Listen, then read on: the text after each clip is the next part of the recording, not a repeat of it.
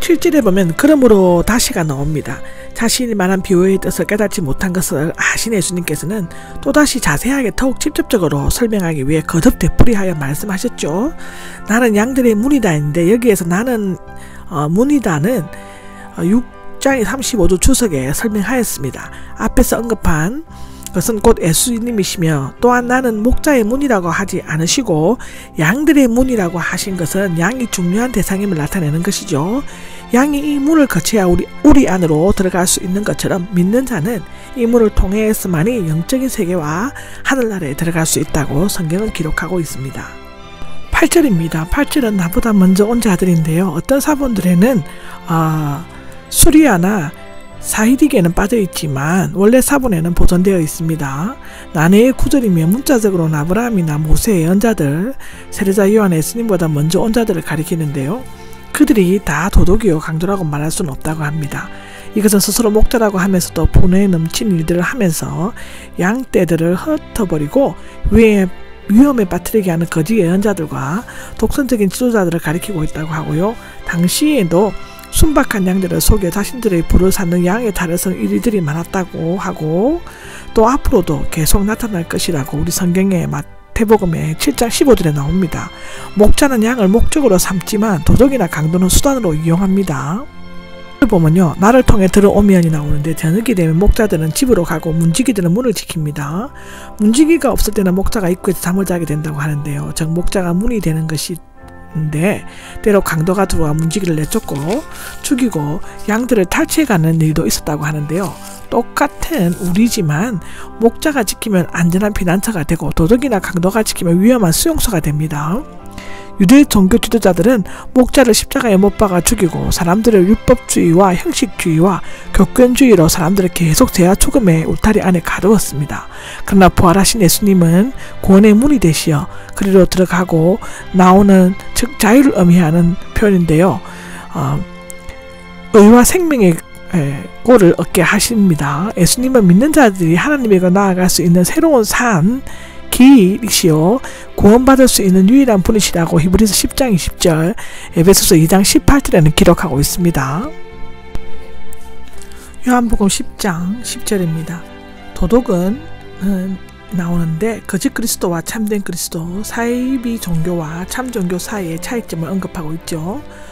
도덕과 같은 거짓 그리스도나 사이비 종교 바리새인들은 양을 도둑질하여 이를 자기 욕망의 희생물로 삼아 영적으로 죽이고 생명이 없는 죽은 시체로 만들어버리며 마지막에는 영원한 멸망 속으로 빠져들어가게 한다고 합니다.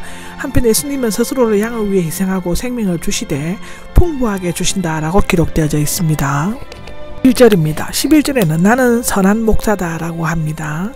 구약에서는 하나님이 선한 목자로 표현되었습니다. 시편 23장 95장 또 이사야 40장 11절에는 그렇습니다. 그 밖에 모세나 다윗과 같은 이스라엘 지도자들에게도 적용되었습니다. 예수님께서 자신을 선한 목자라고 말씀하셨는데 이것은 자신이 온 인류의 구원자이시며 하나님이심을 선포하는 것으로 볼 수 있습니다. 선한 목자의 특징은 무한한 사랑이며 양을 위해서는 기꺼이 자기 목숨까지도 희생한다는 것입니다. 실제로 예수님께서는 양들을 위해 그 자신이 친히 희생양이 되시어서 십자가의 목숨까지 바치셨습니다. 12절에서 13절은 사꾼이 나옵니다. 앞에 목자와 도덕가의 대조에 이어 선한 목자와 사꾼이 대조되고 있죠.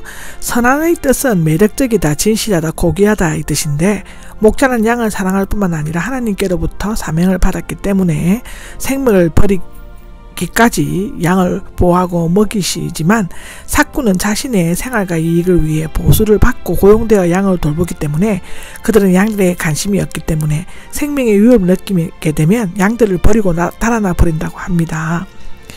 여기에서 이리가 오는 것을 보면에서 보면은 어떤 사물을 자세히 뚫어지게 보는 것을 의미하는데 이 단어는 사꾼이 이리가 오면 양을 바라보며 그 안전을 도모해야 하는데 이리만 쳐다보다가 도망을 가는 생생하게 표현하고 있습니다. 여기에서 이리는 예수님을 반대하고 하나님의 나라를 파괴하는 많은 적그리스도와 거짓 예언자들을 가리키는데 물어가고가 나오는데 갑자기 무자비하게 달려들어 죽이거나 강제로 빼앗아 가는 것을 의미합니다. 4절에서 15절은 나는 내 양들을 알고가 나옵니다. 14절에서 15절에 나오는 6개의 동사는 현재형으로 되고 있으며 사실을 보다 생생하게 묘사하고 있습니다. 선한 목자이신 예수님은 이미 말씀하셨던 대로 자신의 양을 그 이름대로 알고 계시며 양들도 역시 목자의 음성을 알고 있다고 사절에는 기록하고 있죠. 여기에서 안다는 것은 단순히 직관적이며 순간적인 지식이 아니라 경험적이고 지속적인 지식을 의미합니다.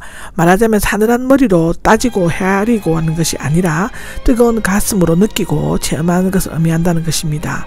이 지식은 아버지께서 나를 아시고 내가 아버지를 아는 것과 같다는 것인데, 즉 성부와 성자가 본질적으로 동질성을 가지고 있는 것과 같은 것입니다. 물론 연약한 본성과 재성을 가진 우리는 성부와 성자 사이에 있는 완전한 교제나 지식에 도달할 수 없지만 그 확고한 친밀성으로 우리들 사이를 보증해 주시기 때문에 우리는 온전히 그리스도 안에서 거할 수 있다고 성경 요한복음 15장 4절에는 기록하고 있습니다. 6절입니다. 16절에는 그도 양들도 데려와야 한다라고 나와 있는데, 예수님께서 양들을 위해 속죄의 죽음을 당하신 것은 이 우리 즉 이스라엘의 양들뿐만 아니라 다른 양들 즉 이방인 가운데서 믿는 자들도 인도해야 할 사명이 있으셨기 때문입니다. 예수님의 죽으심은 세계 만민을 구원애로 인도하셨으며 그의 부활과 성천은 성령으로 제자들 안에 거하려고 그 구원을 완성케 하셨습니다. 하나님께서는 자신의 아들을 모든 민족을 위해 주셨으며 그리스도의 선교 영역을 모든 족속과 모든 시대에 속한 모든 사람을 수용하고 있다고 합니다. 이것 또한 성경의 마태복음 28장 19절, 누가복음 24장 46절, 47절을 보시면 됩니다. 선한 목자이신 예수님은 지금 전 세계에 흩어져 있는 양들을 인도하고 그들을 한 무리로 모으려고 하십니다. 예전에도 그랬고 지금 현재도 그렇습니다. 비록 우리는 달라도 선한 목자이신 예수님에게 속하는 자들이 모두 복음에 합당하게 걸을 때 한 무리가 되어 한 목자에게 있는 이상이 실현되어집니다. 여기에서 하나님과 사람의 연합뿐만 아니라 사람들 사이의 연합도 자연히 이루어지게 되는 것입니다. 17절입니다. 17절에는 나를 사랑하시는 것은이 나오는데, 아버지께서 아들을 사랑하시는 것은 사랑하는 동생자이고 인자이시며 죄가 없으신 예수님께서 자발적으로 세상 죄를 위해 죽으시려고 하기 때문입니다. 이거 또 성경 요한복음 3장 16절, 로마서 5장 8절, 히브리서 9장 14절에 기록되어져 있습니다. 원문에 나오는 이름으로 이 때문에는 요한이 절개서는 관용어이죠. 뒤에 있는 왜냐하면 때문에를 지적하는 것인데 이로써 그것으로 보아야 하기 때문에 굳이 번역할 필요가 없다고 합니다. 내가 목숨을 다시 얻기 위해가 나오는데 여기에서 처음으로 부활의 개념이 소개되고 있습니다.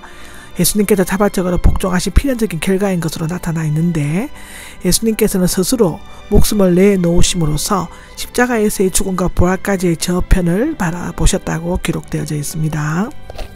18절입니다. 18절에는 내게에서 내 목숨을 빼앗지 못한다인데, 예수님께서 십자가에 못 박히시는 것은 유대인이나 로마인들을 이길 힘이 없으셨거나 죄가 있으셨기 때문이 아니라 전적으로 아버지의 뜻에 순종하셨기 때문이죠. 다만 나는 스스로 목숨을 내놓는다인데, 그리고 예수님의 죽으심은 억지로 강요된 것이 아니라 전적으로 자유의지에 의한 것이었습니다. 말하자면 하나님께서 예수님을 일방적으로 처벌하신 것이 아니라 예수님 스스로 우리가 죄값으로 마땅히 받아야 할 죽음의 형벌을 기꺼이 우리 대신 지신 것입니다. 목숨을 내놓는 고난, 다시 얻는 고난인데, 하나님께서는 그리스도를 우리 죄를 위한 하목 제물로 주셔서 십자가에 못 박게 하셨죠. 또한 죽은 자 가운데서 부활시키셨습니다. 그러나 이것은 예수님께서 생명을 버리고 또 얻는 권세가 없으시다는 것이 아니라 예수님께서는 하나님의 명령을 따름으로써 생명을 버리고 또 얻은 자유의 권세, 즉 자유권을 얻으셨습니다. 이러한 자유권이 없다면 그의 죽음과 부활 성천은 아무런 의미가 없는 것입니다. 여기에서 고난이라는 것은 권리, 능력, 특권, 힘 등으로 번역되지만 정확한 뜻을 찾기는 어렵습니다. 권세 있는 자는 힘을 가지지만 힘이 있다고 해서 권세를 가지는 것은 아니라고 우리는 알 수 있습니다. 19절입니다. 19절에는 이 말씀 때문에 또다시 편이 갈라지게 되었다인데, 또다시는 앞에 두 경우에 이어 세 번째로 일어난 경우입니다. 편은 구분, 분열, 찌듦을 의미하며 의견이 일치하지 않아 논쟁하면서 편이 나누는 것을 나타내는데, 예수님에 대한 의견이 나누어지는 것은 요한복음에 종종 나오고 있습니다. 세계 역사를 보면 하나님의 말씀이 있는 곳에는 믿는 사람과 믿지 않는 사람으로 나눠질 수 있는 것을 우리는 볼 수 있습니다. 첫째로는 그는 귀신이 들려 미쳤다는데 많은 유대인들이 예수님을 믿지 않았습니다. 그가 귀신 들려 미쳤다고 비난하였는데 당시 사람들은 미치는 정신병에 귀신 들리기 때문이라고 생각하였는데 그들은 예수님이 하나님의 아들이시라는 것을 몰랐기 때문에 그가 말하는 것이나 행동하는 것이 다 귀신 들려 미친 데서 비롯되었다고 생각하였습니다. 두 번째로는 이 말은 귀신 들린 사람의 말이 아니다인데 21절에 비록 소수이긴 했지만 그들은 두 가지 이유에서 반대 의사를 나타내었습니다. 첫째로는 그가 하는 말에는 권위와 논리 영역이 있으므로 귀신 들린 사람들이 할 수 있는 말이 아니다이고, 두 번째로는 그가 눈먼 자를 뜨게 하는 것을 보면 귀신 들린 자는 아니다인 것인데 귀신은 사람을 유혹할 수 있어도 이적을 행할 수가 없기 때문이죠. 예수님의 말씀과 그가 행하신 일은 그가 하나님의 아들이시라는 사실을 분명히 입증해주고 있습니다.